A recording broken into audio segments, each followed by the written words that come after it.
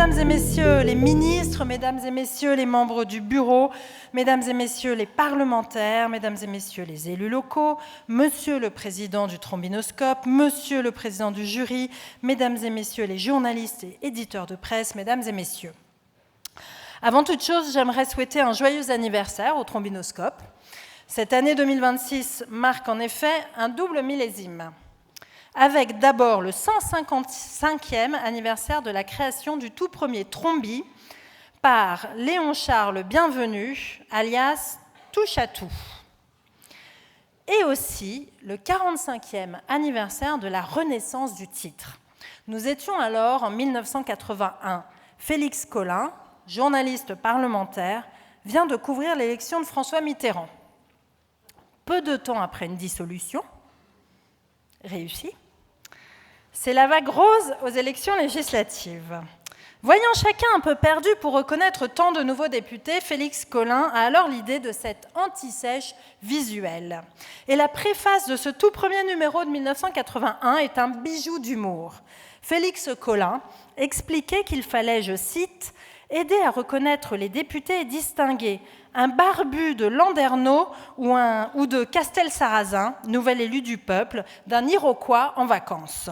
Et il ajoutait ceci, « Les huissiers et apparaiteurs de l'Assemblée nationale, qui sont pourtant d'excellents physionomistes, sont en train de refaire leur classe en un dur apprentissage. » Alors 45 ans plus tard, et bien heureusement, nous avons appris à distinguer les Iroquois des députés. Certains d'entre eux seront même mis à l'honneur ce soir lors de notre remise de prix. Et concernant ce palmarès de 2026, et sans vouloir le divulguer, permettez-moi une incise plus personnelle. J'ai en effet un lien particulier et singulier avec cette cérémonie. Pourquoi ? Car depuis 2021, nous avons ensemble inauguré une véritable tradition que je qualifierais de triennale. Et vous allez comprendre pourquoi. En 2021, le jury me remettait le prix du député de l'année. Un an plus tard, j'étais élue présidente de l'Assemblée nationale. En février 2024, encore, je recevais avec le président du Sénat, Gérard Larcher, le prix des personnalités politiques de l'année, après notre marche pour la République et contre l'antisémitisme qui honorait ces valeurs qui nous sont chères.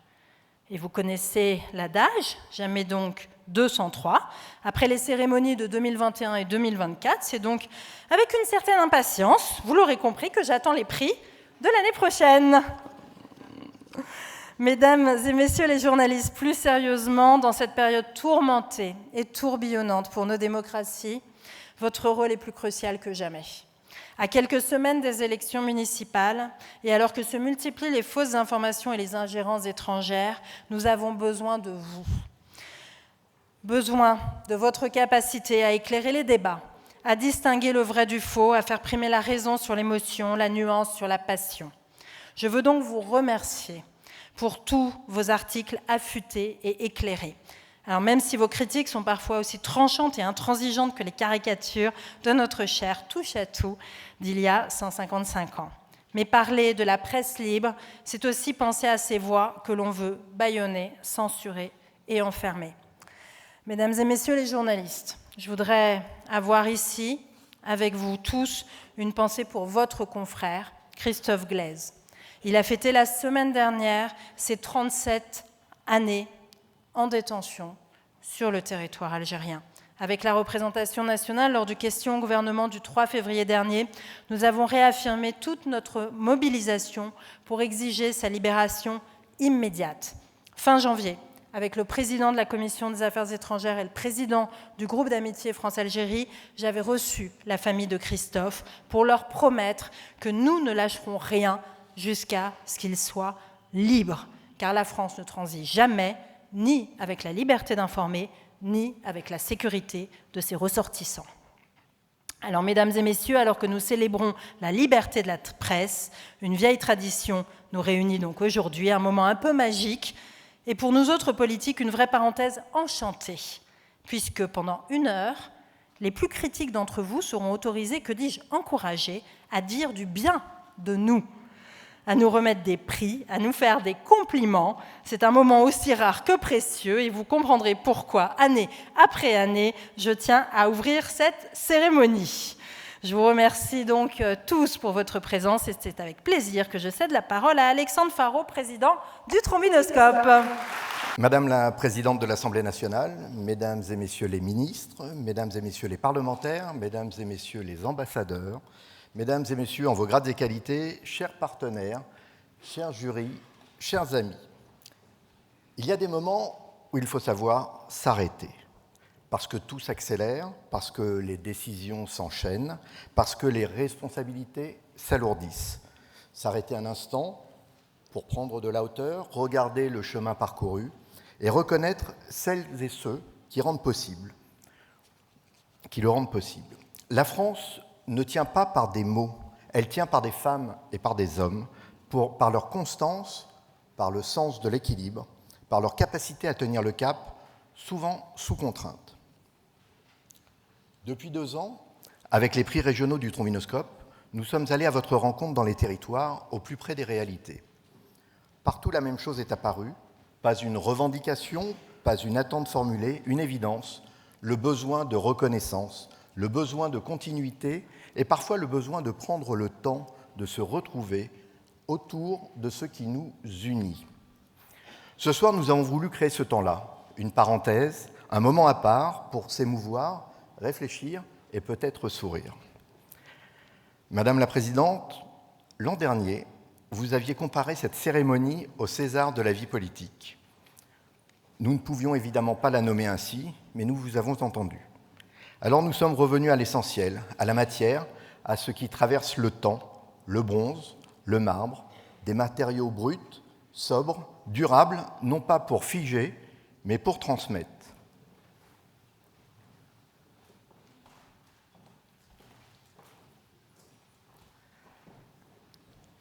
Madame la Présidente, permettez-moi de vous remettre ce trophée, le premier de cette nouvelle série.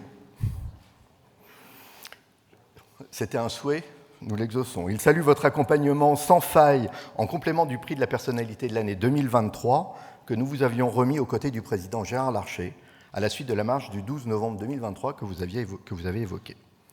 Madame la Présidente, je vous invite à me rejoindre. Et je suis enchanté de vous remettre cette prestation.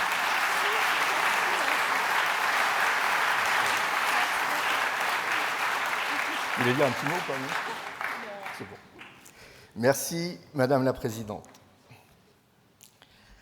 Ce moment nous rappelle pourquoi ces rencontres sont importantes.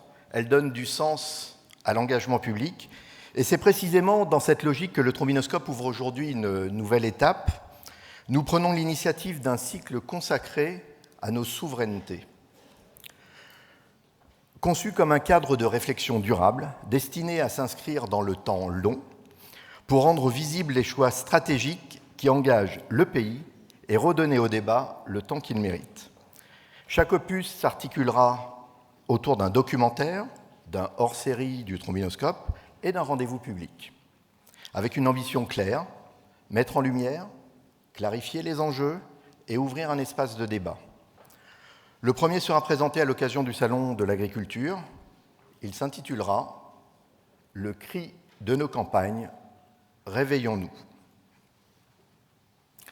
Et maintenant, il est temps de révéler celles et ceux que nous avons choisi de distinguer ce soir. Je laisse le soin à notre président du jury, Christophe Barbier, de vous faire découvrir les lauréats. Merci à toutes et tous.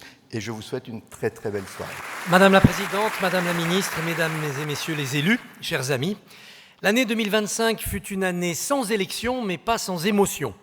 Des gouvernements qui tombent, après 9 mois ou 9 heures, l'hémicycle transformé en chaudron du diable, les ministères en manoir hanté et le débat budgétaire en poker menteur. Pas sûr que l'an 2025 ait réconcilié les électeurs avec la démocratie représentative. Ce fut une saison cannibale dans la jungle politique française. Néanmoins, parce que la géopolitique impose sa gravité, parce que les finances publiques ramènent à la réalité et parce que le calendrier avance vers l'heure de vérité, les circonstances ont distribué les rôles. Ainsi, des personnalités se sont affirmées, ont fait honneur à la politique, ont montré leur talent, leur bonne volonté, leur résistance. Nous en avons sélectionné quelques-unes. Notre palmarès n'est ni scientifique ni prophétique. Il a peut-être oublié en chemin des élus méritants et il honore peut-être des carrières qui vont tourner court. La glorieuse incertitude de la politique est, entre autres, ce qui distingue les démocraties des dictatures. Le pluralisme, la République et la démocratie, voilà ce que nous voulons célébrer avec cette cérémonie, qui permet aussi de déposer les armes et de se souvenir que la courtoisie et l'humour sont au débat public ce que le passage à la buvette est aux joutes parlementaires, un moment suspendu. Avant de commencer cette remise des prix pour les personnalités politiques de l'année, je vais laisser le pupitre à Madame Monique Cantos-Perber pour nous expliquer la philosophie d'un des prix inédits, qui est le prix de l'inspirant de l'année. Il a toute sa place ici, car il n'y a pas de république conquérante sans inspiration. Monique.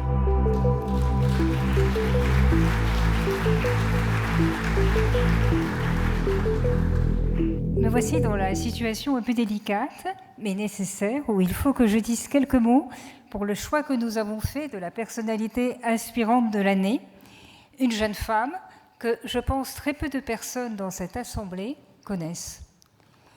Nous l'avons choisie pourtant comme personnalité inspirante de l'année.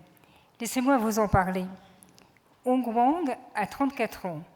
Elle est née en Chine et elle vient de s'installer en France l'été dernier. Nous l'avons choisie parce qu'elle restera incontestablement dans l'histoire. Elle a fait des découvertes exceptionnelles dans une discipline, les mathématiques, où la France est au plus haut niveau mondial. Cette excellence en mathématiques françaises, Hong Wang, en revenant chez nous dans notre pays, a choisi d'y contribuer. Hong Wang a montré dès son plus jeune âge des dispositions remarquables pour les mathématiques. Brillante scolarité à l'université de Pékin. Elle est née en Chine et je regrette que vous ne la voyez pas parce qu'elle est absolument charmante et un visage très généreux et accueillant.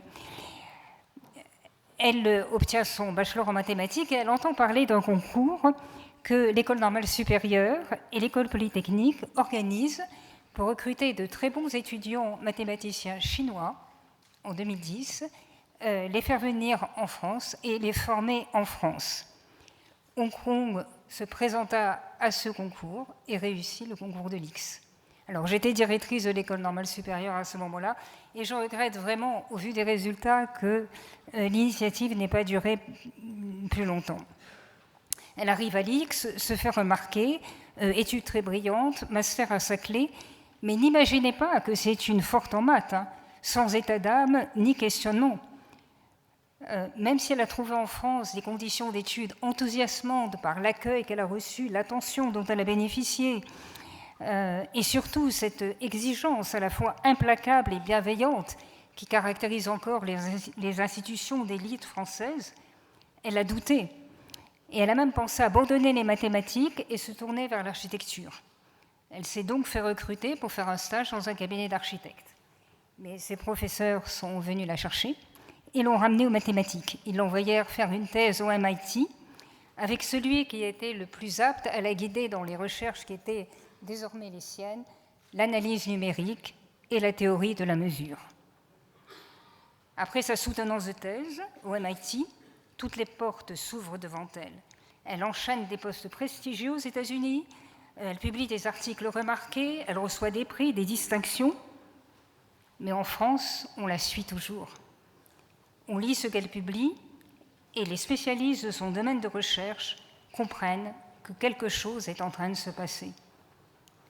C'est ce qui amène l'Institut des hautes études scientifiques, l'IHES, dont le directeur est parmi nous ce soir, à lui faire une offre de chaire.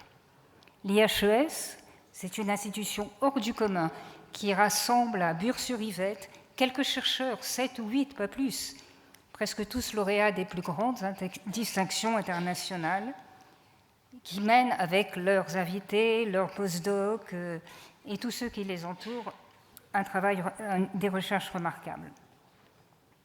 C'est peu de temps après avoir reçu l'offre de l'IHES que Hong Wang publie avec Joshua Tsal un article décisif qui propose une solution à un problème mathématique qui était resté sans réponse pendant plus d'un siècle, et qui avait été formulée par le mathématicien japonais Soichi Kakeya, la fameuse conjecture de Kakeya en dimension 3.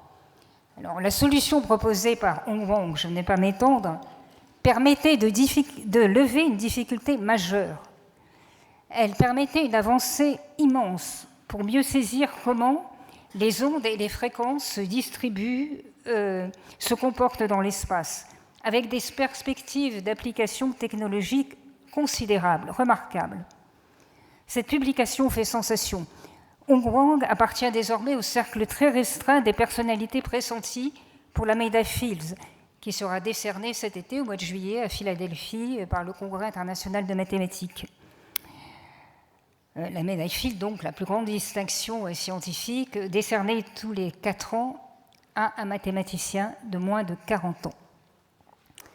Après la publication de Hong Wang, vous pensez que les offres sont innombrables, et des offres sans doute beaucoup plus considérables que celles que l'offre de chaire que l'IHES avait été en mesure de faire. Et pourtant, c'est à cette offre française que Hong Wang décide de répondre, et elle décide de venir s'installer en France. Pourquoi ? Désir de retrouver cette communauté de mathématiciens français exceptionnels qui l'ont formée, qui lui ont permis d'être l'une des leurs. Conviction que la qualité de l'écosystème mathématique français sera le meilleur environnement pour sa recherche. Oui, sans doute. Mais elle évoque aussi une dette à l'égard de la France.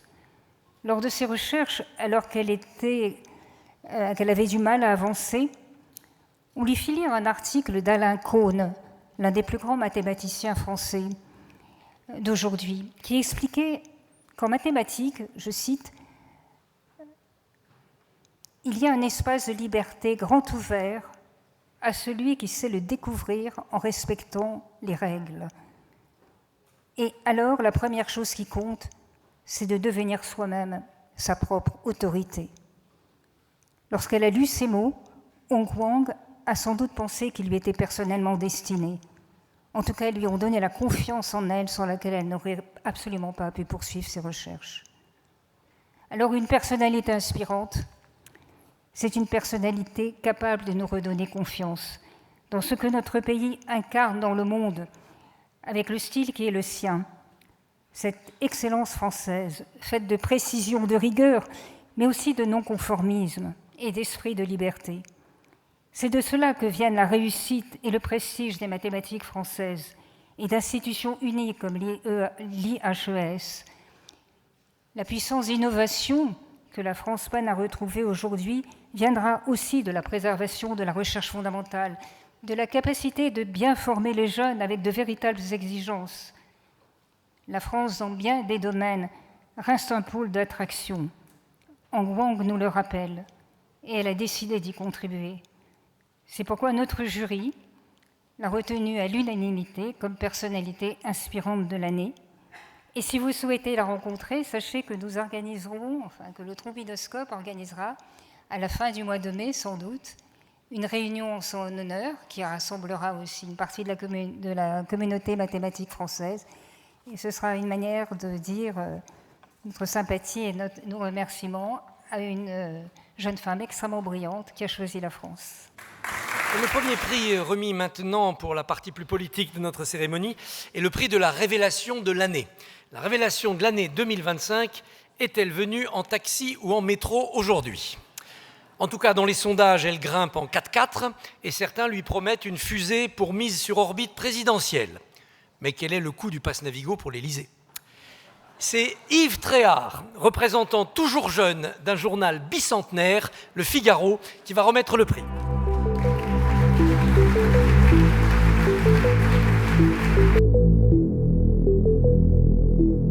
Elle séduit et elle inquiète, elle impressionne et elle chiffonne. Sarah Knafo provoque beaucoup de sentiments contraires. Comme tous ceux qui ont du talent, elle ne laisse pas indifférent et suscite des jalousies. C'est ainsi, il ne faut pas avoir trop de talent en France. Le talent, comme la richesse, y est suspect. Surtout quand vous êtes très jeune, elle a 32 ans, et que vous êtes une jeune femme. Pire, si vous êtes là à la droite de l'extrême droite, puisque la tendance Zemmour est qualifiée de la sorte dans la presse, c'est insupportable pour la médiasphère.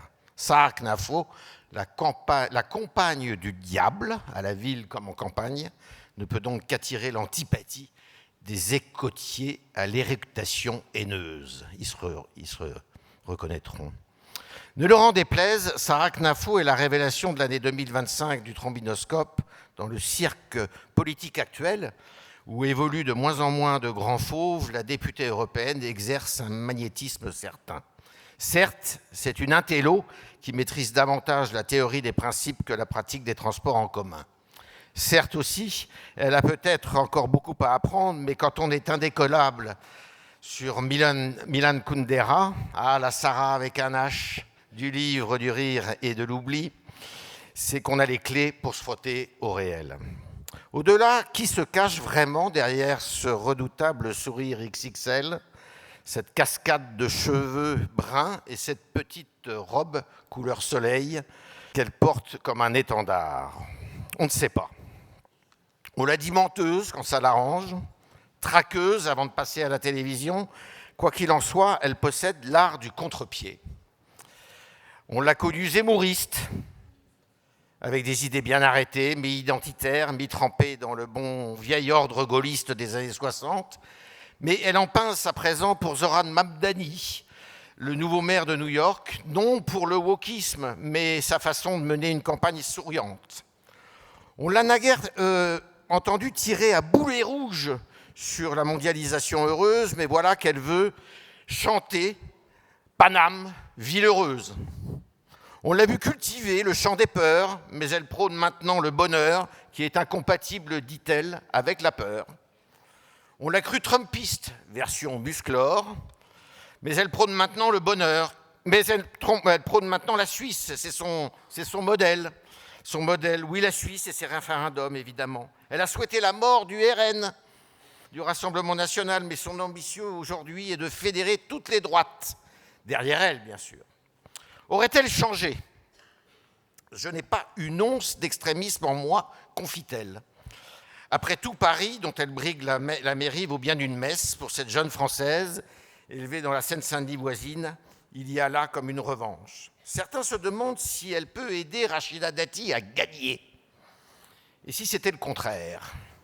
La bataille sera sans pitié, flingueuse contre flingueuse. Il faut avoir vu débattre Sarah Knafo pour comprendre qu'elle entend toujours avoir le dernier mot. Victoire ou pas, Paris ne sera sans doute pas qu'une étape. Un test pour plus tard, car une autre question se posera très vite. L'élève va-t-elle dépasser le maître? Sarah Knafo, c'est moi, et moi, je suis Sarah Knafo. C'est la même chose, affirmait un jour Éric Zemmour. À voir, pour 2027, la messe n'est peut-être pas tout à fait dite. Madame la Présidente, Mesdames et Messieurs les membres du gouvernement, Mesdames et Messieurs les élus, les parlementaires, Monsieur le Président du jury, Monsieur le Président, merci à vous. Je suis très très honorée de recevoir ce prix de la révélation politique de l'année. Et je tiens à vous rassurer tout de suite, ce prix-là, je le connais très bien. Merci beaucoup donc pour cette distinction. Je le prends comme un encouragement. Ça veut aussi dire que tout reste à écrire. Et je vais m'y employer dès ce soir, à partir de demain, dans les prochaines semaines et dans les prochaines années. D'autant plus qu'être la révélation, ça ne peut arriver qu'une seule fois. L'année prochaine, ce prix reviendra à quelqu'un d'autre. Et puisque, Madame la Présidente de l'Assemblée nationale, vous nous dites que ce prix porte bonheur, j'espère que j'aurai pour ma part le prix de la meilleure maire, une fois que je serai élue, je l'espère, maire de notre belle capitale. Maintenant, je dois vous avouer que pour moi, la véritable révélation de l'année, c'est que les finances publiques peuvent passionner les Français. Lorsque j'ai choisi la Cour des comptes, n'est-ce pas, Madame de Montchalin, je n'avais pas du tout en tête qu'un jour, les comptes publics deviendraient un sujet passionnant politiquement, que je réussirais à intéresser des gens avec ces thèmes, parce que les sujets que je défends portent les doux noms de finances publiques, gabegie, dette, déficit. Ils évoquent des marques aussi rieuse que France Travail, ou des sigles désopilants comme AFD, ARCOM, ADEME. Bref, vous m'accorderez que ça n'était pas gagné d'avance. Je n'avais donc pas la prétention de pouvoir intéresser des millions de gens avec des sujets pareils, portés d'ailleurs par l'illustre inconnue que j'étais il y a encore quelques mois, une députée française parmi tant d'autres au Parlement européen. Et pourtant, je les ai portés, car j'avais la conviction de faire mon devoir en faisant l'effort d'expliquer ces choses essentielles et en portant une voix qui m'apparaissait manquer au débat public. On nous expliquait, encore l'année dernière, que les Français ne voulaient qu'entendre des promesses d'aide, de chèques, de subventions, de barèmes, de toute nouvelle dépense publique susceptible, prétendait-on, de régler leurs problèmes. Bref, on nous disait, en France, cette ligne économique, ça n'est que 2% des voix, maximum. Sauf que pour moi, ce qu'ils appellent libéralisme, c'est seulement du bon sens. Et le bon sens ne peut pas faire 2% des voix. Alors je ne les ai pas écoutés. Et je crois dur comme fer que dans ce que les médias ont bien voulu appeler ma percée médiatique, et je vous remercie, il y a surtout la percée des idées que je porte. Je vois une véritable victoire de la lucidité des Français sur notre situation économique. L'opinion n'est jamais figée. La vôtre, la mienne, celle de tous les Français, ce qu'on appelle l'opinion publique, toutes ces opinions sont sensibles aux idées, aux arguments, aux contre-arguments. Parfois, cela prend des années, parfois, tout bouge en quelques semaines. J'ai encore 4 semaines, jusqu'au 15 et au 22 mars. J'ai décidé de tout miser sur l'intelligence des Français. Mes premiers succès, ce prix, par exemple, m'invitent à continuer. Mais de toute façon, je dois vous avouer que je ne saurais pas faire autrement. Alors, mesdames et messieurs les membres du jury, vous m'avez choisi. J'apprends que vous m'avez choisi à l'aide d'un sondage, mais peut-être que j'en découvrirai plus sur la méthode. Et j'en suis infiniment heureuse. Et une autre élection m'attend, et c'est une ville entière que je dois rendre heureuse, désormais. Alors j'espère que demain, ce sera mon mandat de maire de Paris qui sera une révélation. Ce sera ma manière personnelle de rendre hommage à cette soirée. Je ne doute donc pas que vous allez me porter bonheur. De tout mon cœur, merci à vous. Oui, le jury s'appuie sur un sondage OpinionWay pour ce prix de la révélation politique. Et dans ce sondage, OpinionWay, vous étiez en avance sur les autres candidats présélectionnés. Passons maintenant à l'élu local de l'année. Je suis jeune, en effet, mais aux âmes bien nées, la valeur n'attend pas le nombre des années. Ainsi nous parle Corneille dans le Cid. L'élu local de l'année ne s'appelle pas Rodrigue, mais Hugo. Hugo, mais pas Victor. Pas Victor, mais victorieux, car il a été élu maire en 2020. À l'heure des vocations en crise, un édile tombé dans la politique quand il était petit est une raison d'espérer. Le trophée de l'élu local de l'année est remis par Perrine Tarnot de Public Sénat.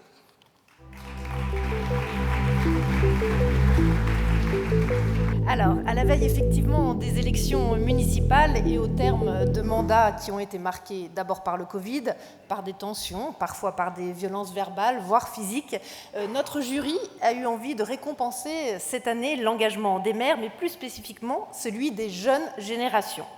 Comment, en effet, inciter les jeunes à faire le choix d'un mandat électif exigeant, souvent synonyme de sacrifice, d'engagement total sur le terrain auprès de nos concitoyens et parfois difficilement compatible avec une vie de famille et ou une carrière professionnelle. Quoi de mieux donc que de récompenser un jeune maire pour susciter peut-être d'autres vocations ?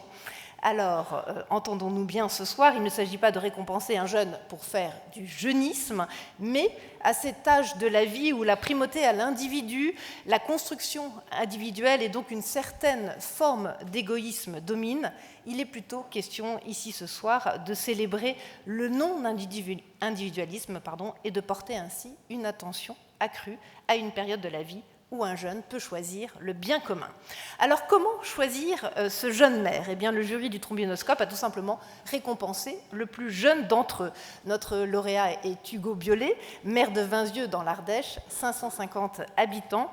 Hugo, vous avez été élu en 2020 à 18 ans, plus jeune maire de France donc.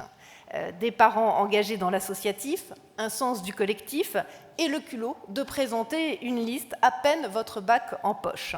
6 ans plus tard, vous êtes fiers d'avoir su recréer du lien dans votre village, tout d'abord avec l'ouverture d'un bar à tapas, le premier commerce depuis 50 ans à Vinzieux, puis la rénovation de l'ancienne école, qui a donné vie à des locaux pour la mairie, qui n'en avait pas, à une maison des associations et à une permanence d'infirmières. Et puis dans le même temps, Hugo, vous avez poursuivi votre parcours d'étudiant à Sciences Po Grenoble, université que vous avez choisie pour sa proximité avec votre commune, 6 années à faire des allers-retours entre Vinzieux et Grenoble, et 7 ans pour obtenir votre master, parce qu'il a fallu négocier un peu avec Sciences Po Grenoble pour aménager vos études et cumuler tout cela avec votre mandat électif. Ce rythme ne vous a pas découragé, puisque vous vous représentez cette année, malgré les responsabilités de maire que vous estimez extrêmement lourdes, mais le sens du collectif et l'importance de savoir déléguer vous animent. C'est d'ailleurs le fondement de votre liste cette année pour ces élections de mars, liste que vous avez, dites-vous, constituée comme le miroir inverse de l'Assemblée nationale, composée de citoyens de gauche et de citoyens de droite. Cette diversité politique et les débats qu'elle engendre met à l'abri, selon vous, des mauvaises décisions et permet respect et écoute. Et puis surtout, cette année, Hugo Biolay, votre liste électorale accueille un candidat plus jeune que vous. Le passage de relais est donc assuré. Bravo. Merci beaucoup déjà aux membres du jury de m'avoir choisi. Il y a quelque chose d'un petit peu particulier d'être là aujourd'hui à l'hôtel de l'AC, à l'Assemblée nationale, pour quelqu'un qui, il y a 6 ans, s'était engagé dans une mairie pour s'engager, pour être utile dans ce village dans lequel j'ai grandi, mais où je m'étais dit à l'époque: tu t'engages dans une mairie, mais tu ne fais pas de politique. Parce que je voulais m'éloigner à tout prix de ce mot-là qui évoquait pas mal de choses et de sentiments un petit peu négatifs. Et en fait, les années sont assez vite passées, et 6 ans plus tard, c'est l'inverse que j'ai envie de dire. Si je suis candidat de nouveau, si j'ai encore envie de m'engager et de m'investir, c'est parce que je me suis rendu compte en 6 ans qu'au contraire, j'ai envie de me réapproprier le mot politique. De me dire que ce qu'on fait en équipe, dans une commune, choisir de la dynamiser, choisir d'investir pour faire revenir des commerces quand il n'y en avait pas, c'est de la politique. Et que c'est celle-là que j'ai envie de voir et que c'est celle-là que j'ai envie d'entendre partout dans les médias. Et c'est un petit peu le sens que j'ai envie de donner à ce prix-là, parce que j'ai tout de suite essayé de trouver le sens de ce prix en me disant non, ça ne peut pas être que la jeunesse, et vers quoi est-ce que quand je regarderai ce trophée, j'aurai envie de regarder. J'ai vu dans ces 6 années de mandat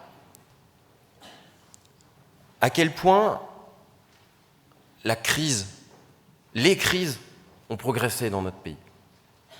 Et parmi elles, je veux citer ce soir, je vais en citer qu'une seule, qui est la crise démocratique. Celle du vote, celle de la représentativité. Je veux citer celle-là parce que je pense qu'elle nous concerne particulièrement, moi, mais aussi nous toutes et nous tous, là, présents dans cette salle. Cette crise de confiance, elle est là, on la vit au quotidien, elle inquiète, mais surtout, moi, elle m'inspire 2 choses. La première, c'est beaucoup d'espoir, oui, de l'espoir, beaucoup d'espoir de voir au niveau local tout ce qui est en train de se faire, toutes ces belles énergies qui sont là, parce que les valeurs de solidarité, les valeurs de changement dans ce monde, elles sont incarnées. On est en train de vivre un moment de basculement assez énorme. Et moi, comme jeune de 24 ans aujourd'hui, la première question que je me pose, c'est dans quel monde est-ce que je vais vivre quand j'aurai 40 ans, 50 ans, en sachant que nos repères, ils ont été vachement bousculés ces dernières années, ces dernières décennies. Ce qui fait qu'on puisse être là, qu'on a de la lumière, qu'on a un téléphone portable qui est là dans ma poche, qu'on peut se déplacer, etc.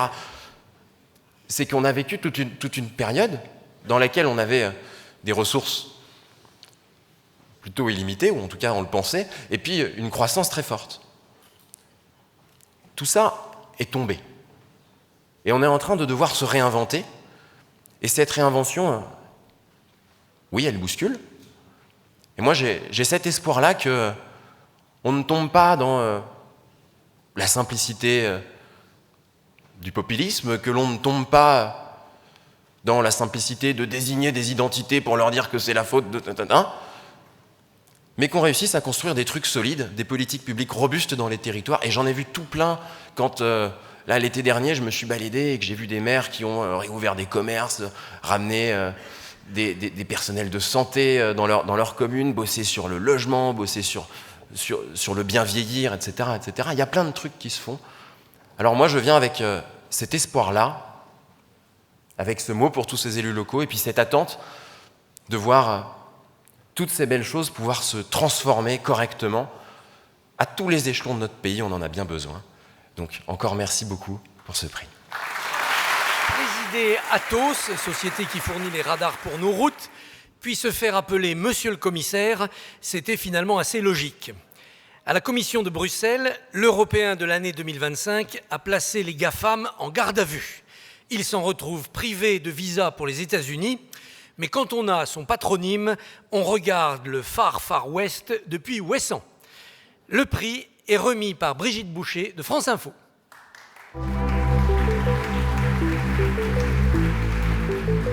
Même chevelure blanche, même parcours de politique et de businessman, même énergie, même dynamisme, même volonté, même personnalité puissante.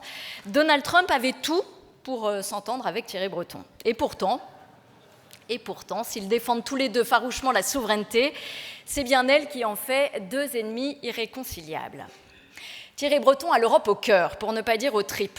En tant que commissaire européen de 2019 à 2024, chargé de la politique industrielle, du marché intérieur, du numérique, de la défense et de l'espace, il a commis l'irréparable erreur, aux yeux du président américain, de vouloir réguler l'espace numérique européen à travers 3 règlements phares qui restent comme des marqueurs et font désormais référence. Une régulation qui a pour but, rappelons-le si nécessaire, de bloquer les contenus haineux et de lutter contre la désinformation en ligne, utile au moment où le complotisme et les fake news envahissent la toile, y compris pendant les élections, pour faire vaciller notre démocratie. Alors l'intense lobbying mené par les GAFAM, les géants du secteur, avec l'aide des autorités américaines, n'a pas pu empêcher la dynamique initiée de haute lutte par Thierry Breton, qui ose ouvertement défier le milliardaire Elon Musk. En pleine campagne électorale américaine, le commissaire avait appelé le patron de Tesla à la modération avant un débat en ligne avec le candidat républicain. Et l'avait menacé de poursuite en cas de violation de la nouvelle législation européenne, une passe d'armes qui vaudra à Thierry Breton d'être traité de tyran par l'entrepreneur américain, une première heure de gloire.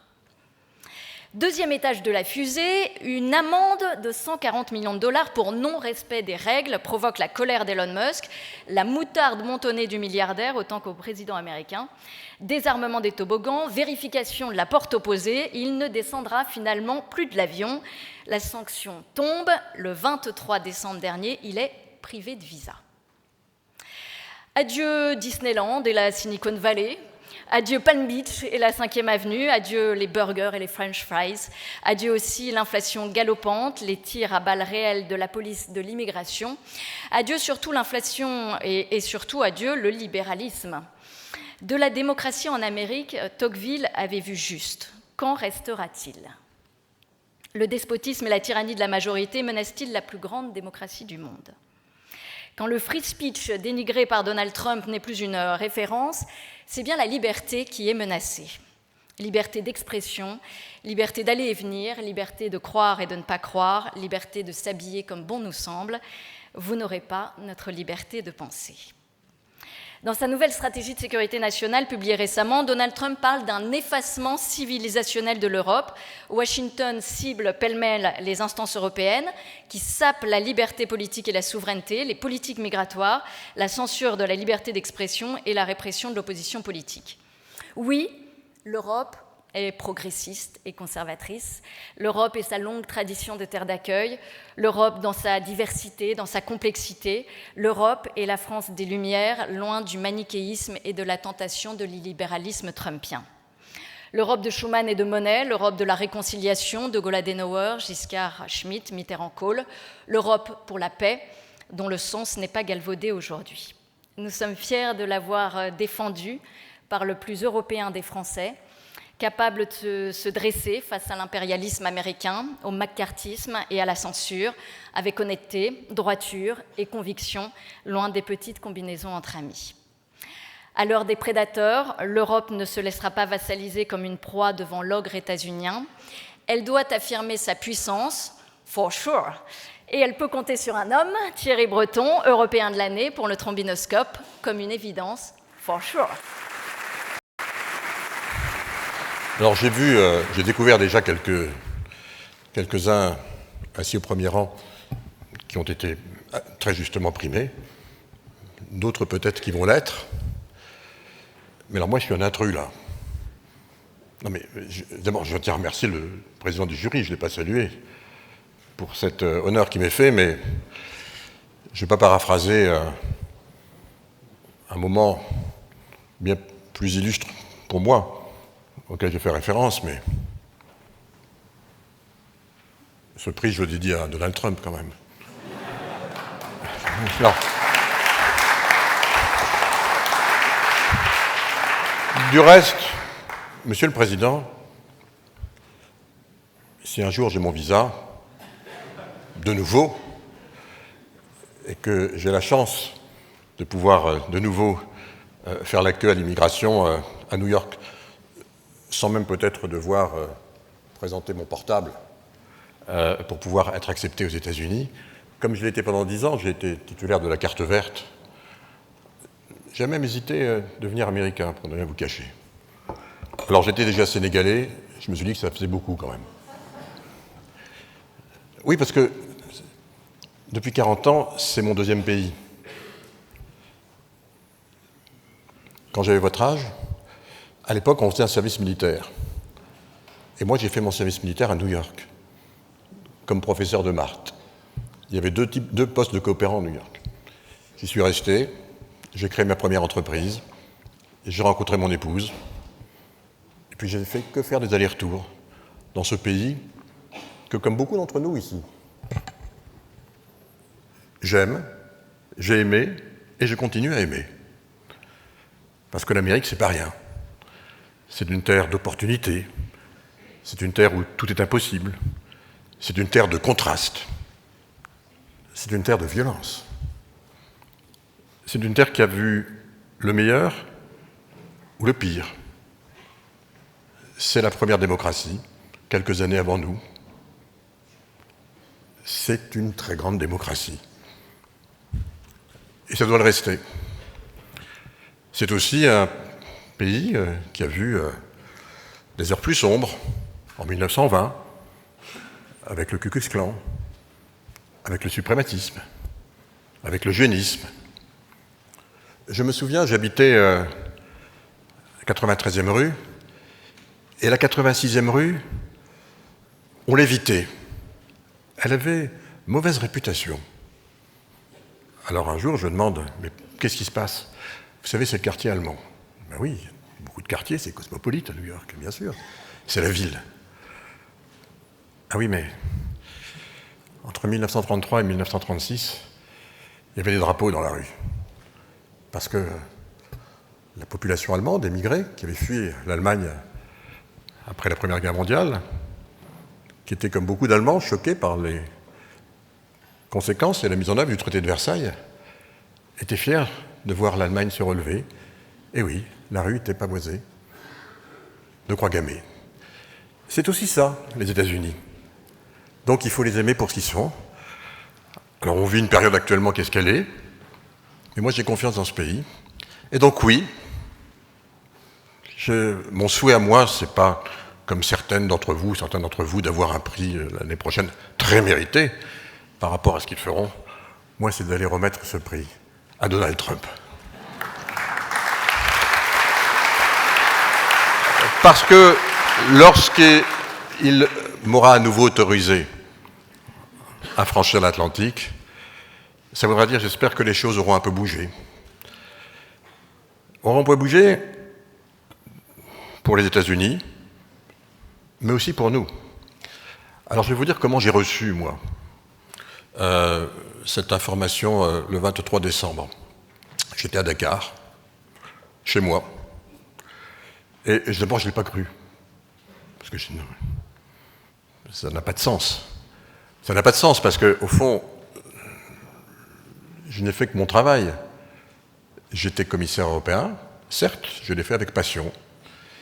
Certes, je l'ai fait parce que j'ai travaillé une grande partie de ma vie à réfléchir à l'importance de l'espace informationnel, l'espace dans lequel nous passons maintenant nos enfants, 4, 5, 6 heures. Un certain nombre d'entre nous, peut-être encore plus. Et j'ai vraiment réfléchi, travaillé, j'ai écrit des livres pour essayer de me projeter dans ce qu'il fallait faire pour commencer à organiser notre espace informationnel, comme nous avons organisé, comme vous avez organisé, mesdames et messieurs les élus, comme vous allez continuer à l'organiser, notre espace physique, notre espace territorial, qui évidemment compose les règles de notre vivre ensemble, notre état de droit. Oui, il faut mettre des règles d'état de droit aussi dans l'espace informationnel. Oui, c'est l'honneur des politiques que de constater que désormais, en superposition à l'espace territorial, existe aussi cet espace informationnel, dans lequel il faut simplement dire le droit, dire des choses qui sont importantes pour nous. La liberté de parole, tiens, c'est très important pour nous, en Europe. C'est fondamental. Mais la liberté de parole, elle est attachée aussi à notre histoire. Elle reflète des éléments de notre histoire. Lorsque les colons américains vont quitter l'Europe au XVIIe siècle, ils la quittent souvent parce qu'on est tyrannisé en Europe, d'où le mot tyran. On n'a plus de liberté de parole, le roi l'a confisquée. On n'a plus la liberté du port d'armes, elle a été intermédiée à des gens d'armes. Et quand on arrive aux États-Unis, on estime qu'on est là aussi dans un continent nouveau, à reconquérir, à bâtir. Il y a 2 libertés fondamentales qu'on va reconquérir, la liberté de parole, premier amendement, la liberté du port d'armes, deuxième amendement. Il faut les respecter. Liberté de parole quasi totale par rapport à ce qu'ils avaient vécu, liberté du port d'armes pour ce que je viens de dire. Mais le premier article de la Constitution américaine, il est fait pour les États-Unis d'Amérique, avec leur histoire. Nous, notre liberté de parole, elle est encadrée par le fait qu'on a vécu des choses importantes sur notre continent aussi. On n'a pas le droit de faire l'apologie du terrorisme, de proférer des propos antisémites, de nier la Shoah. On a le droit de dire Hitler est un héros aux États-Unis. En Europe, c'est pénal. C'est la différence. Et donc il faut organiser nos espaces informationnels avec ces spécificités. C'est ce que j'ai fait, en proposant Esqualité, d'abord au collège, qui a accepté les textes. On ne peut pas détacher juridiquement du reste la responsabilité du collège par rapport à une personne. Donc peut-être est-ce l'ensemble du collège qui devrait également avoir ce prix. Mais je vais aller plus loin, parce qu'évidemment, dans ces lois qui désormais organisent notre vie démocratique, le respect de nos institutions, le respect des personnes, la protection de nos enfants, contrôle des ingérences, eh bien ces lois, elles ont été ensuite proposées aux co-législateurs. Et je voudrais leur rendre hommage ici, parce qu'ils ont travaillé au Parlement européen de façon exceptionnelle pour finalement s'approprier ces textes, les modifier, les amender et les voter.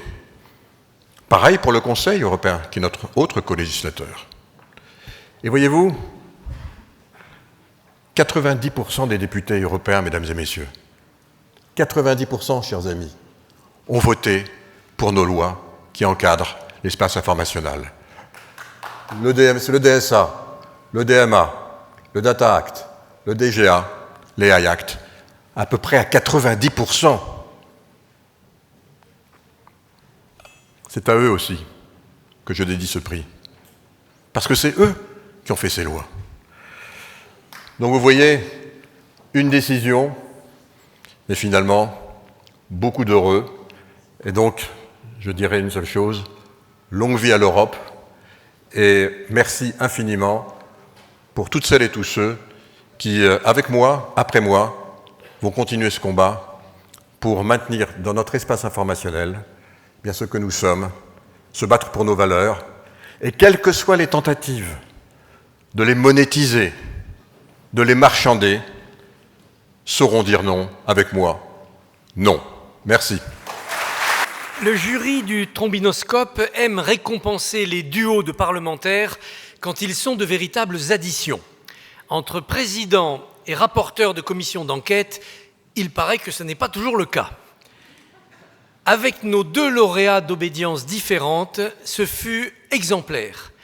Comme il s'agissait d'économiser l'argent des Français, je leur suggère de créer ensemble désormais des commissions d'enquête sur le budget lunettes de l'Élysée, sur les notes de frais des maires d'arrondissement parisiens, sur le comité d'organisation des Jeux Olympiques de 2030 et sur les assistants parlementaires européens de... Ah non, ça c'est déjà fait. C'est Nathalie Moret du groupe EBRA, à la gestion impeccable, qui remet le prix du sénateur de l'année.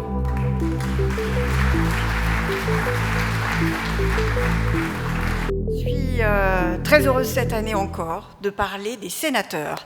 Et le prix, Christophe l'a dit cette année, est remis à deux sénateurs, Fabien Gay et Olivier Rietmann. Alors, je vous mentirais en disant que ces deux-là partiront en vacances ensemble, tant tous les opposent. Le premier, Fabien Gay, vient de Seine-Saint-Denis, porte haut les couleurs de la gauche, il est communiste et dirige le journal L'Humanité. C'est peu de dire que le capital n'est pas votre ami, monsieur Gay. Le second, Olivier Rietmann, vient de Haute-Saône, zone EBRA. Il est élu de droite, les Républicains. Il a démarré sa carrière dans la finance avant de diriger sa propre entreprise. Et de son aveu même, il adore l'entreprise. Sur le papier, vous conviendrez que le duo n'allait pas totalement de soi. Si j'ajoute qu'ils ont travaillé ensemble au sein d'une même commission d'enquête qui avait pour thème l'argent public versé aux entreprises, thème qui a toujours opposé la droite et la gauche, vous conviendrez, encore une fois, que le consensus était loin d'être gagné. Et pourtant, Fabien Gay et Olivier Rietmann ont, durant des mois, travaillé ensemble et plutôt assez bien travaillé. Ils ont auditionné les plus grandes entreprises françaises, les syndicats, les services de l'État et ont abouti à un rapport voté à l'unanimité. Un rapport qui met en évidence, on en a beaucoup parlé, le défaut de transparence des aides publiques, qui représente tout de même 211 milliards d'euros. Leur travail a déjà des conséquences, on en a longuement parlé dans la presse, on sait que Michelin notamment a remboursé certaines des aides perçues et peut-être que le Premier ministre pourrait reprendre certaines des préconisations que vous avez faites dans votre rapport. Alors Fabien Gay, le rapporteur communiste, et Olivier Rietmann, le président Les Républicains, n'ont pas gommé leurs différences, ils ont simplement prouvé qu'on pouvait mettre de côté ces différences quand l'intérêt général était en jeu. À une époque, plusieurs en ont parlé ce soir, où le débat public est parfois totalement inaudible, où la confiance dans les politiques est historiquement basse, Fabien Gay et Olivier Rietmann sont parvenus à parler le même langage. C'est ce qui leur vaut ce soir le prix des sénateurs de l'année. Un prix pour lequel le réseau des CCI est cette année partenaire, donc ce n'est pas moi qui vais vous le remettre. Je demande à Madame Fanny Rouin de CCI France de monter sur scène et de vous remettre vos prix. Bravo pour ce prix des sénateurs. Je suis particulièrement ravie de vous le remettre, alors pour 3 raisons. La première, c'est que vous avez écrit un rapport structuré avec 26 préconisations claires sur les aides aux entreprises et que le réseau des chambres de commerce et d'industrie est un réseau de proximité au service de l'ensemble des entreprises du territoire. La deuxième raison est parce que, avec l'ensemble des parlementaires, les chambres de commerce et d'industrie collaborent Et je vous remercie pour votre soutien, parce que nous travaillons main dans la main. La troisième raison, elle est un peu plus personnelle. Elle est que vous incarnez le bien travailler ensemble. Et comme vous, monsieur le maire, monsieur Biolay, je crois sincèrement que de la diversité naît l'efficience. Alors merci pour ça. Merci de vous être choisi et de nous montrer cet exemple-là aussi. Je vous félicite au nom de l'ensemble des chambres de commerce et d'industrie, et j'ai Alain Di Crescenzo qui est actuellement sur le terrain et qui a un petit message pour vous. Messieurs les sénateurs, cher Olivier, cher Fabien, au nom de CCI France, Fanny Ruin, première vice-présidente de CCI France, et moi-même sommes particulièrement heureux de vous remettre ce prix, car le travail que vous avez conduit sur les aides publiques aux entreprises est essentiel pour ces dernières et bien sûr pour l'économie de notre pays.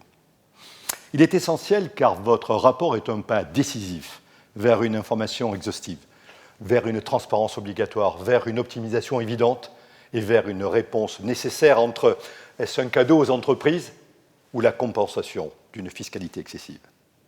Quelle que soit la réponse à cette question, nous avons un devoir de simplification.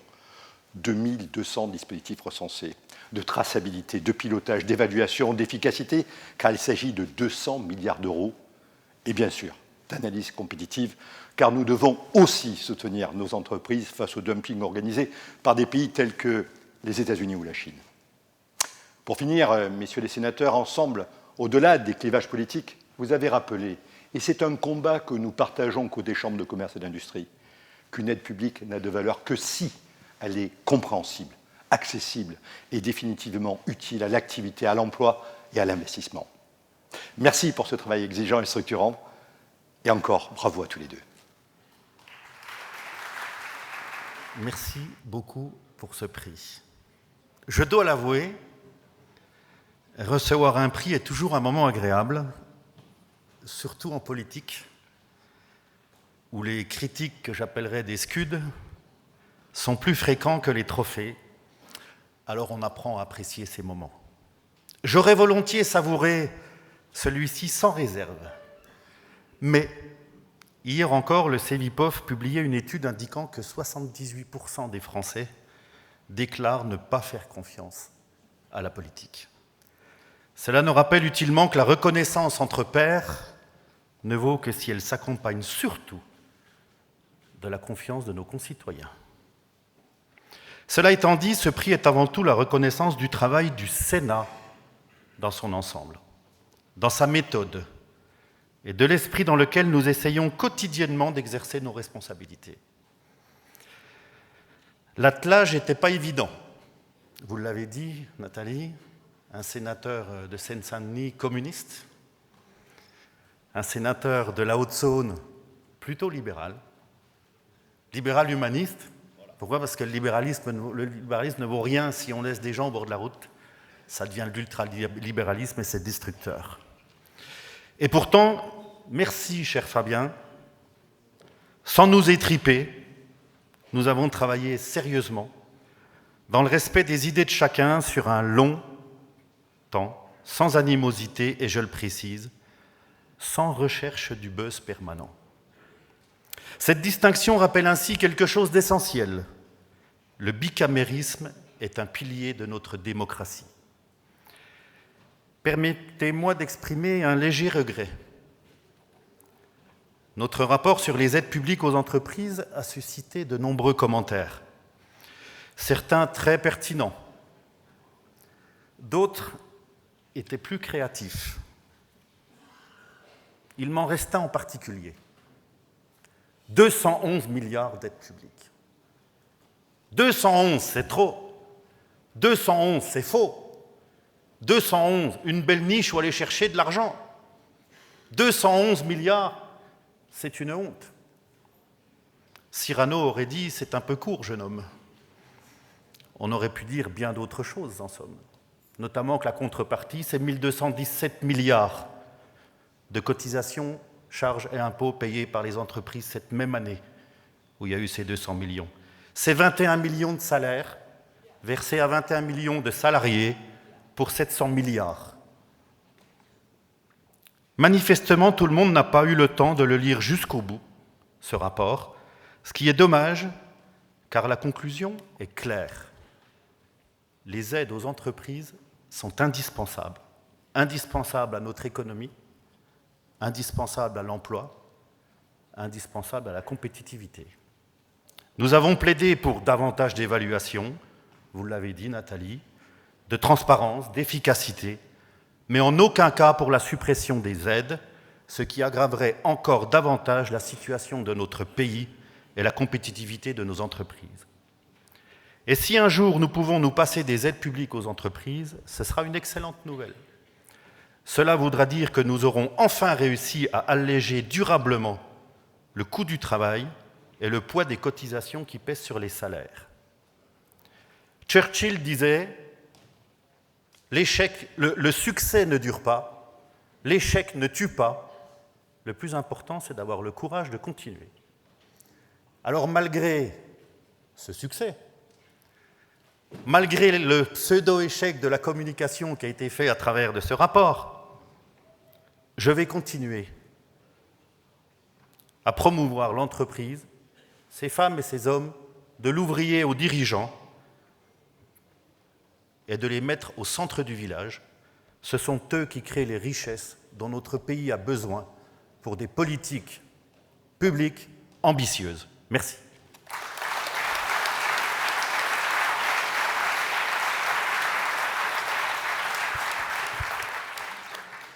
Bonsoir à toutes et tous, en vos qualités, grades et honneurs.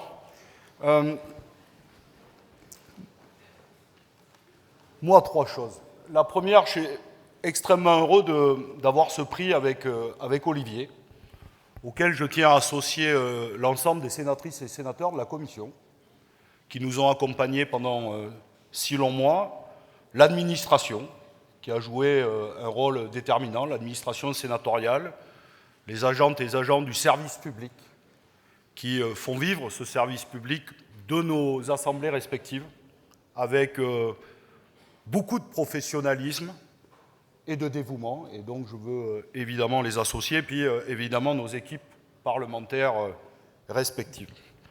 J'ai un petit décalage avec ce que vous avez dit. Moi, je ne suis pas... on n'a pas mis l'un et l'autre nos convictions de côté. Pas du tout. Au contraire, nous les avons affirmées et nous avons fait vivre un débat démocratique au sein de la Commission, de façon apaisée, toujours argumenté, toujours respectueux. Il faut le dire aussi, parce que je crois que c'est nos traits de caractère, avec quand même parfois de bonne humeur et parfois même de la franche rigolade entre nous. Et de voir 33 PDG du CAC 40 à qui l'on ne demande jamais de compte, venir débattre et discuter de l'utilisation de l'argent public qu'ils font au sein même de leur entreprise, a parfois donné lieu à des scènes cocasses, mais je le dis toujours, en très grande transparence de leur place. Et pour moi, c'est ça la démocratie. C'est la dispute organisée et ce que doit rester nos assemblées respectives et la vie politique. Et donc, y compris, et d'ailleurs, on vient de le voir, avec parfois des appréciations différentes, mais toujours dans le respect des choses. Et nous avons réussi un travail formidable. Et nous avons appris l'un de l'autre, et y compris avec les sénatrices et sénateurs. Olivier m'a ouvert les yeux, je le dis, beaucoup sur la rigueur, le suivi et l'évaluation. Nous avons appris en commun la question de la transparence qui, pour moi, et je crois le dire pour Olivier, n'était pas une question. Et pourtant, on ne peut pas régler une question autour de 211 milliards, peu importe, si on ne connaît pas précisément de quoi on parle et des 2267 dispositifs. Et enfin, et je le crois, et je l'espère qu'il a appris un peu aussi avec moi, notamment sur la question de la responsabilisation, je vois que ce soir, j'ai déjà gagné, parce qu'avant, il parlait de charges sociales, et ce soir, il vient de dire cotisation. Donc, le débat, évidemment, est déjà gagné. La deuxième chose, c'est que je veux remercier Michelin, qui, sans contrainte, a remboursé 4,3 millions d'euros, ce qui fait de notre duo avec l'ensemble des sénatrices et des sénateurs la commission d'enquête la plus rentable de l'histoire.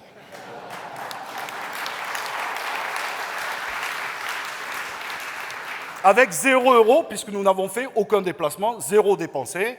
Bon, tout le monde était d'accord, sauf le gouvernement, mais du coup, dans le débat budgétaire extrêmement serré, nous avons apporté 4,3 millions d'euros sur, évidemment, un plateau.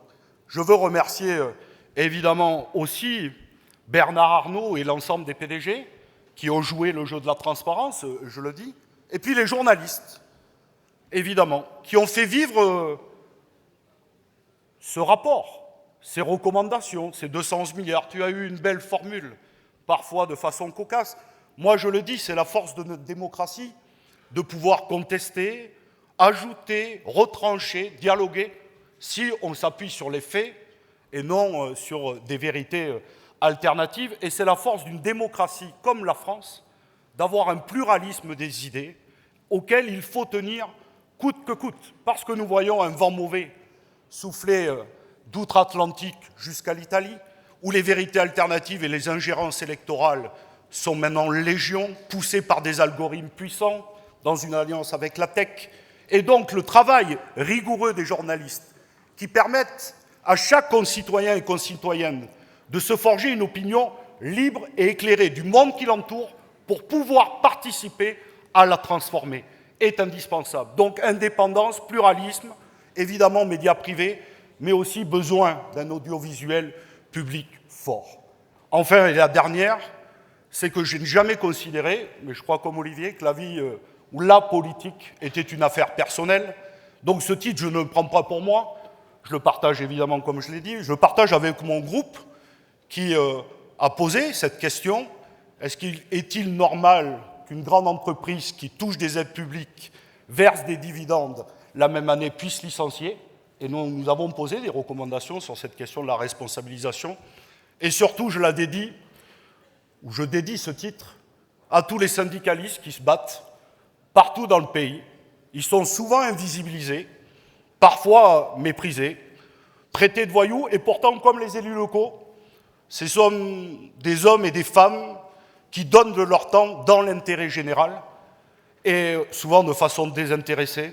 Donc ce titre et cette commission d'enquête, je leur dédie, et j'espère que nous bougerons les choses pour que nous puissions évidemment un jour avoir une responsabilisation complète et avoir un débat politique à la hauteur de ce que l'on attend. Voilà, je vous remercie à chacune et chacun.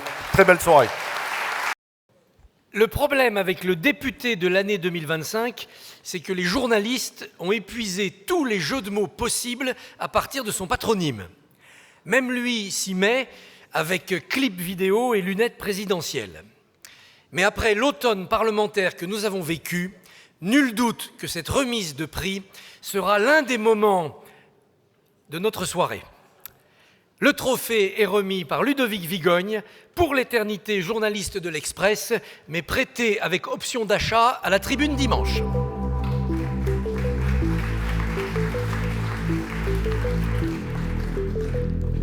Je reviens te chercher, ou plutôt, je reviens te chercher.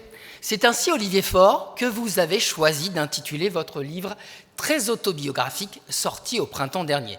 Dans quelques minutes, nous verrons donc si c'est tremblant comme un jeune marié que vous viendrez recevoir le prix du député de l'année que le jury du Trombinoscope a choisi de vous décerner. Olivier Faure, l'important, c'est la rose.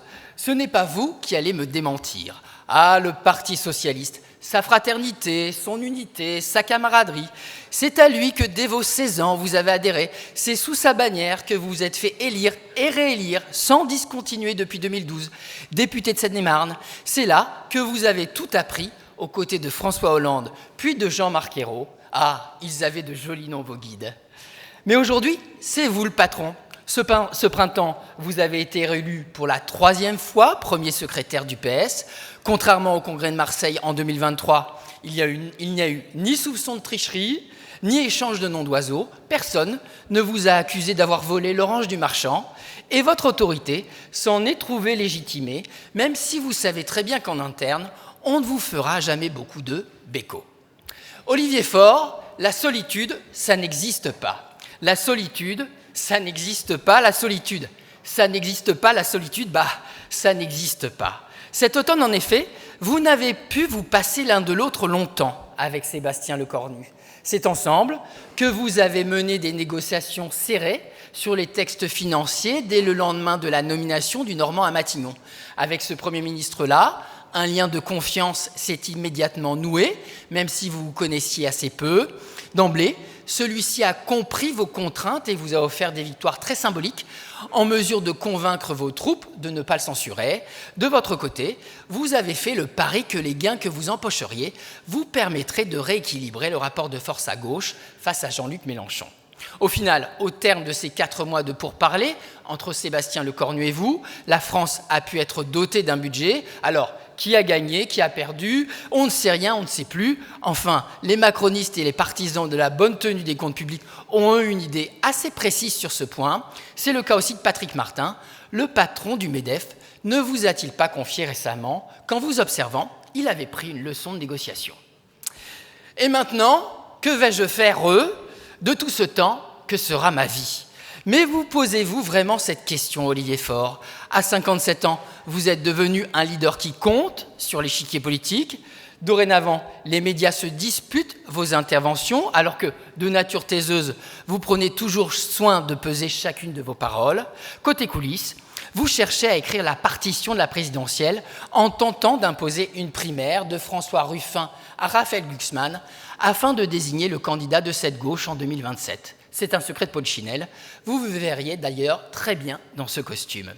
Désiré, oh désiré, le serez-vous ces prochains mois? Ces dernières décennies, bien souvent, dans le cœur de la gauche a battu le spleen de sa génération. Demain, serez-vous celui qui saura le ranimer en étant son monsieur 100 000 volts? Monsieur Faure, je vous invite à me rejoindre.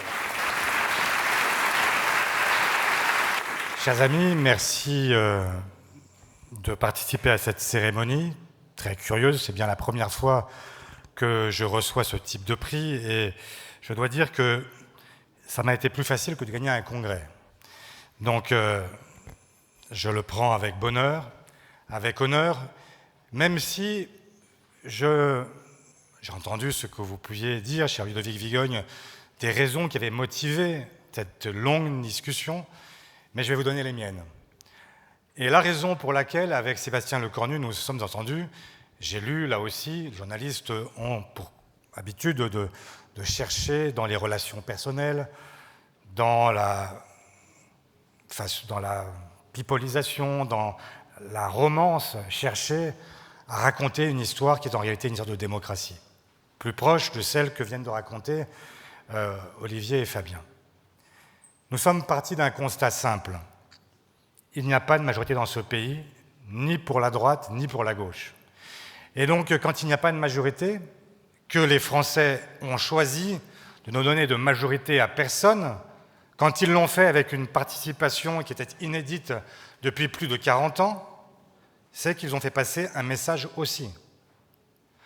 Le nouveau Front populaire, auquel j'ai appartenu, a été en tête au deuxième tour, mais il n'a été en tête que grâce au Front républicain. Et donc, nous avions nécessité de chercher à composer les uns avec les autres. On pouvait effectivement considérer que nous pouvions à nouveau censurer. Je n'ai pas hésité à le faire pour Michel Barnier. Je n'ai pas hésité à le faire pour François Bayrou. Mais je ne considère pas non plus que le rôle d'un député est de censurer chaque semaine un nouveau Premier ministre jusqu'au moment où on obtiendra enfin une dissolution qui nous amènerait à quoi? Il arrive que derrière les tenues les plus colorées, il y a aussi les idées les plus sombres. Et c'est la raison pour laquelle, parce que je crois à mon pays, parce que je crois qu'il y avait nécessité de justement éviter le pire, nous devions parler les uns avec les autres. Ce que nous avons fait. Est-ce que nous avons cherché à nous imposer les uns aux autres? Non, nous avons cherché à trouver une voie de passage qui permette à notre pays d'avancer, remettant à plus tard les grands enjeux, ceux de 2027, où la gauche et la droite s'opposeront naturellement et où peut-être les Français choisiront de remettre les pendules à l'heure. Mais je suis un parlementaire avant tout et je suis un démocrate. Et donc, ce que j'ai cherché à faire à travers cette discussion budgétaire, c'est tout simplement de rendre au Parlement sa souveraineté, sa pleine souveraineté. Et je regrette d'ailleurs qu'en fin de parcours, il y a eu des parlementaires, toutes familles politiques confondues, soit demandant explicitement le retour du 49.3, soit par leur comportement en refusant de négocier, conduisant forcément le gouvernement à utiliser les outils du parlementarisme rationalisé. Je le regrette parce qu'il y avait là une option inédite que nous avons réussi à faire fonctionner jusqu'au bout sur la loi de financement de la sécurité sociale. Un Parlement qui accepte d'être un Parlement.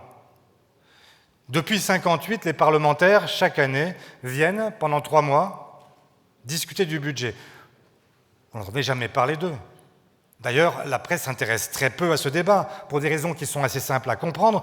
Tout le monde connaît la copie de départ, et tout le monde sait que la copie de départ sera aussi la copie d'arrivée, pour une raison simple, c'est que soit il y a une majorité absolue, soit il y a le 49.3. Pour la première fois, dans un débat qui était long, peut-être lassant, vous avez eu le sentiment qu'il y avait un Parlement qui, justement, jouait son rôle, discutait avec un gouvernement qui avait accepté de donner au Parlement sa pleine souveraineté et qui lui donnait la possibilité d'être un Parlement qui est un Parlement qui compte, un Parlement qui a une responsabilité partagée avec l'exécutif. Cette opportunité-là, elle était pour moi inédite et il fallait absolument la saisir. Et il fallait faire la démonstration aussi que dans un pays comme le nôtre, où on parle de tripartition, peut-être de quadripartition, faire la démonstration que, en dépit de l'absence de majorité claire, ce qui est le cas, eh bien ce pays était gouvernable.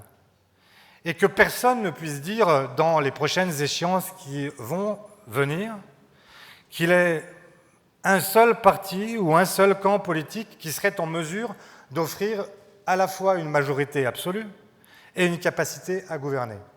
Non, la vérité, c'est qu'aujourd'hui, nous avons fait la démonstration que lorsqu'il n'y a pas de majorité absolue, il y a des gens qui sont capables de se parler, capables de négocier et capables d'aboutir à un projet de budget.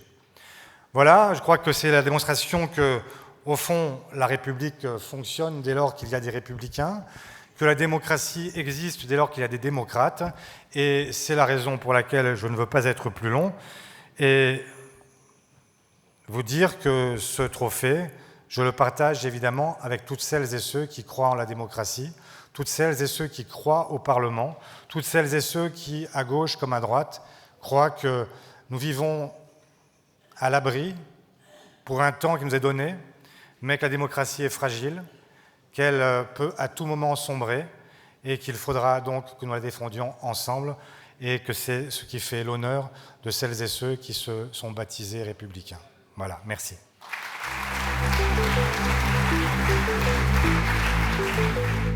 Alors, lorsque, au jury du Trombinoscope, nous sommes réunis, nous avons été unanimes à penser que Amélie de Montchalin devait être nommée ministre de l'année. Je vais y revenir dans un instant. Mais surtout, lorsqu'on a rédigé le petit livret qui va vous être remis à la sortie de cette salle, sur l'ensemble des nommés ce soir, des récompensés, nous avons titré le petit portrait consacré à Amélie de Montchalin, « La femme qui compte ».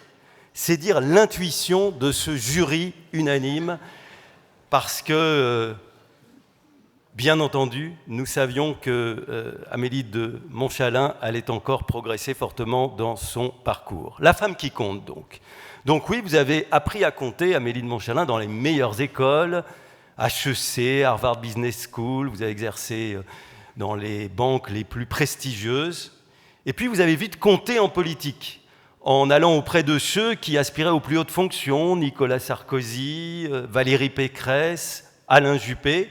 Et bien sûr, vous avez rencontré Emmanuel Macron, vous êtes devenue marcheuse et vous avez compté en devenant députée. Et d'ailleurs, vous êtes une des rares personnalités politiques qui aura été récompensée 2 fois par le prix du Trombinoscope, puisque en 2017, vous avez été nommée députée de l'année. À ce moment-là, vous étiez ce qu'on appelle la whip, par référence à la vie politique américaine, la députée qui doit fouetter ses collègues pour ramener la discipline au sein du groupe, en particulier sur les textes économique et financier.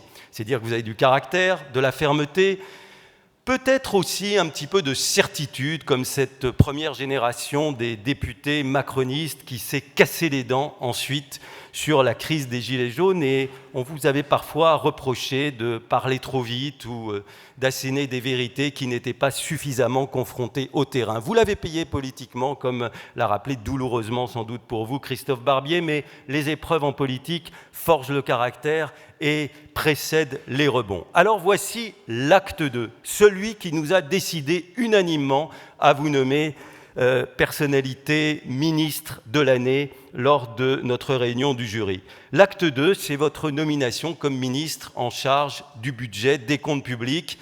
Et là, un record aussi, ou presque un record, enfin il n'y en a pas beaucoup, vous êtes resté dans 3 gouvernements, Bayrou, Lecornu 1, Lecornu 2, pour piloter ces comptes publics. Et c'est là que journalistes comme vos collègues ou vos ex-collègues de l'Assemblée nationale ont découvert la métamorphose d'Amélie de Montchalin, parce que vous avez appris à écouter, à composer, à dialoguer, à avoir pour meilleur ami celui qui, c'est un signe qui ne trompe pas, est votre voisin aujourd'hui dans cette salle, et à essayer parfois, non pas de trahir, mais en tout cas d'amender vos propres convictions pour trouver un terrain d'entente et faire finalement adopter un budget pour la France, ce qui était absolument une gageure. C'est dire à quel point vous êtes la femme qui compte. Et alors, avant-hier soir, je reçois cette alerte qui indique que vous êtes nommée par le président de la République première présidente de la Cour des comptes. C'est la première fois dans l'histoire, depuis 1807, 16 septembre, date de création de la Cour des comptes, que l'on va dire « Madame la première présidente ». Et cela à partir du 23 février. C'est donc une nouvelle étape totalement innovante pour vous.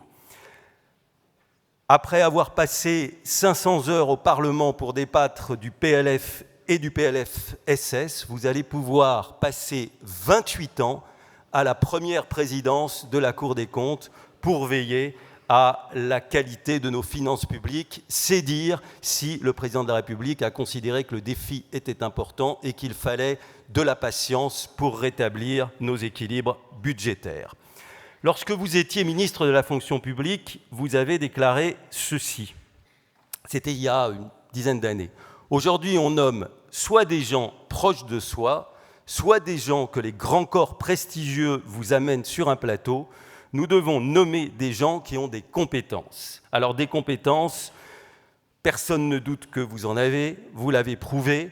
Il vous faudra maintenant prouver votre indépendance à équidistance du Parlement et du gouvernement, être la voix qui compte pour faire entendre ce qu'est la Cour des comptes, c'est-à-dire la vigie des finances publiques face à une situation budgétaire très dégradée, et aussi savoir et voir si les Français pourront compter sur vous, car il ne faut pas oublier que ce qui définit la mission de la Cour des comptes, c'est l'article 15 de la Déclaration des droits de l'homme et du citoyen. La société a le droit de demander compte à tout agent public de son administration. Vous êtes donc pleinement maintenant entré dans votre vocation. À vous de convaincre, à vous de prouver aussi à vos futurs collègues de la Cour des comptes que votre nomination va renforcer cette institution dont la République a plus que jamais besoin. Bravo, Amélie de Montchalin, ministre de l'année. Je dois dire que recevoir ce prix aujourd'hui me touche profondément. D'abord parce qu'il vient de celles et ceux qui observent et vivent la vie publique avec exigence, et aussi parce qu'il permet de prendre un temps de recul dans un quotidien où l'on en prend rarement, et à l'heure où je m'apprête surtout à la quitter, cette vie politique. Si je repense à 2017, au début de mon parcours, à ce moment inédit dans le renouvellement de notre paysage politique, ce n'est pas tellement une fonction qui me revient en mémoire, mais une conviction. La conviction portée par le président de la République que la politique n'est utile que dans le dépassement, que dans le rassemblement, que dans un débat ouvert, que dans la construction du compromis. En tant qu'économiste, j'avais jusque-là travaillé à anticiper les crises, à mesurer les risques, à regarder les chiffres en face Et en 2017, j'ai choisi de m'engager parce que je croyais, et je vous rassure, je le crois toujours, que l'action publique peut être ambitieuse, ancrée dans la réalité, et surtout ne pas perdre de vue celles et ceux pour lesquels elle est faite, les Françaises et les Français. Alors c'est vrai que depuis, j'ai eu la chance de connaître beaucoup de missions, beaucoup de lieux, beaucoup de moments. L'Assemblée nationale, où j'ai appris que le débat n'est jamais confortable, mais toujours nécessaire. Le gouvernement, où j'ai mesuré à quel point décider chaque jour, chaque heure, engage, parfois lourdement, mais toujours au nom de l'intérêt général, et où j'ai surtout appris que décider n'a de sens que si l'on apprend d'abord à écouter. L'OCDE, ensuite, où j'ai mesuré le pouvoir d'une France forte dans la négociation internationale, au bénéfice de nos concitoyens, et notamment sur les sujets numériques, cher Thierry. Et dans tous ces moments, il y a eu des moments de reconnaissance, il y a eu des victoires, il y a eu des moments plus rudes, des remises en question et des échecs. J'ai fait l'expérience de la défaite en politique. Je ne le souhaite à personne, mais c'est une leçon, en revanche, que je souhaite à tout le monde. La politique n'est pas un métier, c'est une mission, et une mission de service dont nous ne sommes pas propriétaires. Il y a eu aussi un fil rouge dans ce parcours, toujours le même, le service de l'intérêt général, le service de l'État de notre République qui est un bien commun, quels que soient nos engagements politiques. Et ce fil rouge, ce service, c'est de faire en sorte que l'État fasse ce qu'il doit faire, mais qu'il le fasse mieux. En se demandant sans relâche si la dépense publique est utile, si l'organisation est juste, si l'action est efficace, en refusant, je crois, à la fois les postures, la facilité, en acceptant la complexité sans jamais s'y réfugier, sans devenir cette dame de la compta que certains parfois ont voulu que je devienne. Alors quand en 2018, le trombinoscope m'a fait l'honneur, vous l'avez dit, de me désigner députée de l'année, j'avais dit sur cette même estrade que plus la parole est solitaire, moins elle porte. En d'autres termes, je pensais, et je crois toujours, que la politique ne consiste pas à avoir raison tout seul, mais bien à créer des consensus. Et je crois que l'expérience budgétaire qui a été largement retracée au fil de cette soirée me l'a confirmé.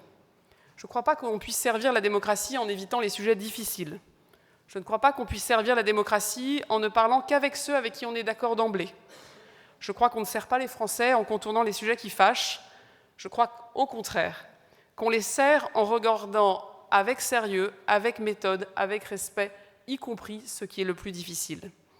Alors votre prix de ce soir, je le reçois comme un encouragement à cette exigence-là, l'exigence de la responsabilité, l'exigence de la sincérité, l'exigence du service, et servir les Français n'est pas une aventure individuelle. Je veux donc ici vraiment remercier les équipes avec lesquelles j'ai travaillé, ceux et celles qui n'ont pas compté leurs heures, les agents publics parmi eux, j'ai une pensée ici très particulière pour tous les agents publics, pour les fonctionnaires de l'Assemblée et du Sénat, qui ont passé beaucoup d'heures dans l'hémicycle avec nous. Je pense aussi aux agents des ministères où j'ai eu l'honneur d'être la ministre, le Quai d'Orsay, le ministère de la fonction publique, celui de la transition écologique et de la cohésion des territoires, et ce qu'on appelle Bercy, qui est une immense maison faite d'engagement, faite de compétences, et faite, je le crois vraiment, d'un service de l'intérêt général. Je veux aussi remercier les élus avec lesquels j'ai débattu, de tous bords. Merci à vous, parlementaires nombreux qui êtes là. Sur les aides publiques comme sur d'autres, nous avons ferraillé, parfois âprement, mais je crois souvent utilement, et je veux vraiment chacun et chacune vous saluer. Si rien ne se fait seul, rien de durable ne se fait sans respect des institutions et de celles et ceux qui les font vivre, souvent loin des projecteurs. Je veux donc ici avoir une pensée pour les journalistes, qui me semblent si utiles dans notre débat public, où les faits sont parfois si malmenés. Je crois en effet profondément que notre pays a besoin de continuité dans l'exigence, de clarté dans l'action, de loyauté à l'égard des faits. C'est cette conviction qui m'a guidée hier, c'est elle qui me guide aujourd'hui, et je sais, c'est elle aussi qui me guidera encore demain. Alors merci très sincèrement pour cet honneur. Je le reçois avec une grande gratitude, avec beaucoup d'humilité, avec un profond attachement au service de la République. Mon engagement sera désormais de porter la voix d'une institution dans le débat public, un débat public dont chacun d'entre vous connaît les exigences et dont chacun, je crois aussi, mesure les périls. Merci à vous.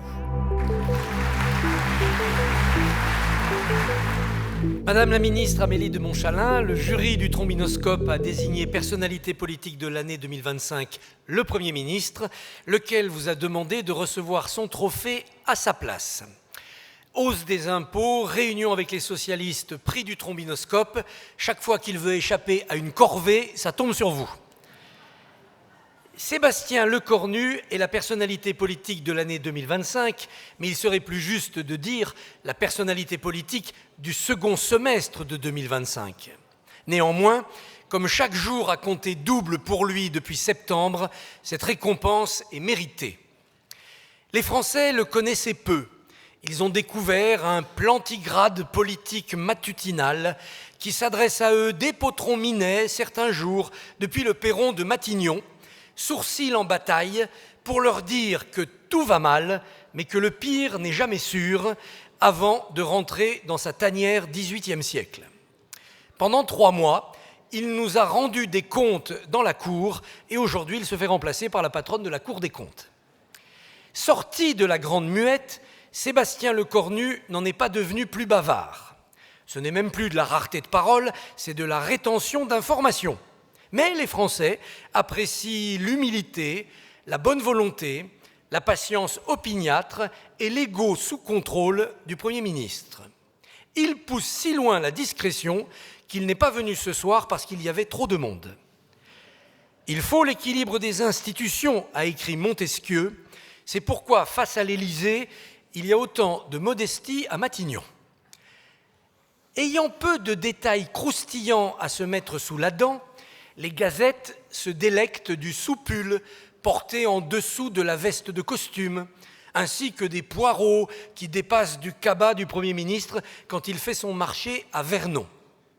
Quelle est la mystérieuse symbolique du pull en V? Est-ce le V de la victoire ou bien une évocation de la courbe des recettes fiscales espérées pour la France dans ces prochaines années?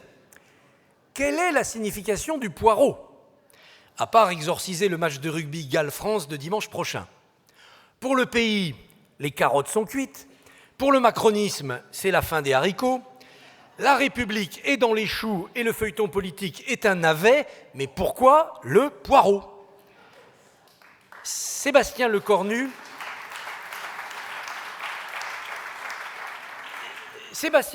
peut désormais espérer rester à Matignon jusqu'en mai 2027. Qui aurait cru que le destin du « et en même temps » serait de finir par des réponses de Normands? La négociation budgétaire fut placée entièrement sous ce signe. La censure du gouvernement? Peut-être ben que oui, peut-être ben que non. L'usage du 49.3? Peut-être ben que non, peut-être ben que oui. La négociation avec les LR? Coup-ci, coup-ça. Avec la gauche? Les socialistes, oui, les Verts, non. Sébastien Lecornu avait promis un budget pour la fin du mois de décembre. Il a été adopté début février. 1 mois de retard, c'est quand même beaucoup pour quelqu'un qui est si attaché à l'heure.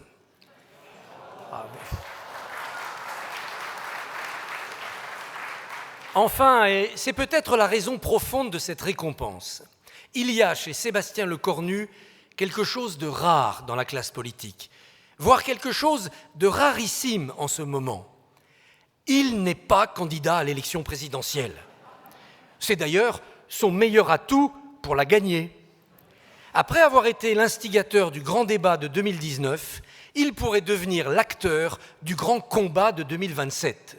Mais il est sans doute trop sage pour ne pas savoir que le destin des Sébastiens, c'est de finir criblé de flèches. Sans nul doute préférera-t-il la tâche accomplie à Matignon, retourner quelque temps à Vernon pour cultiver son jardin. Mais ensuite, jusqu'à quand acceptera-t-il de poireauter?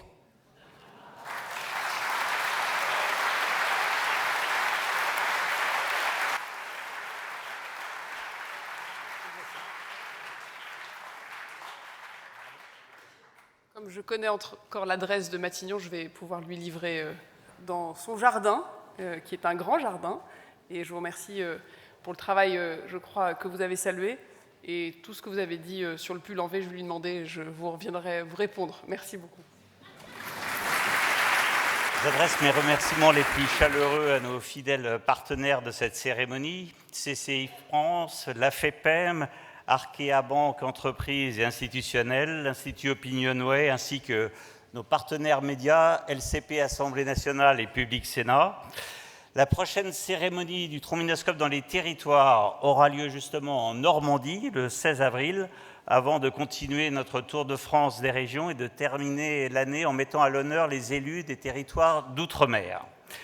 La solennité a eu son heure, l'éloquence a fait son œuvre. J'invite les lauréats à me rejoindre pour la traditionnelle photo et place ensuite à ce moment tout aussi essentiel de la vie publique, le buffet. Merci à vous tous de votre attention et de votre fidélité au trombinoscope.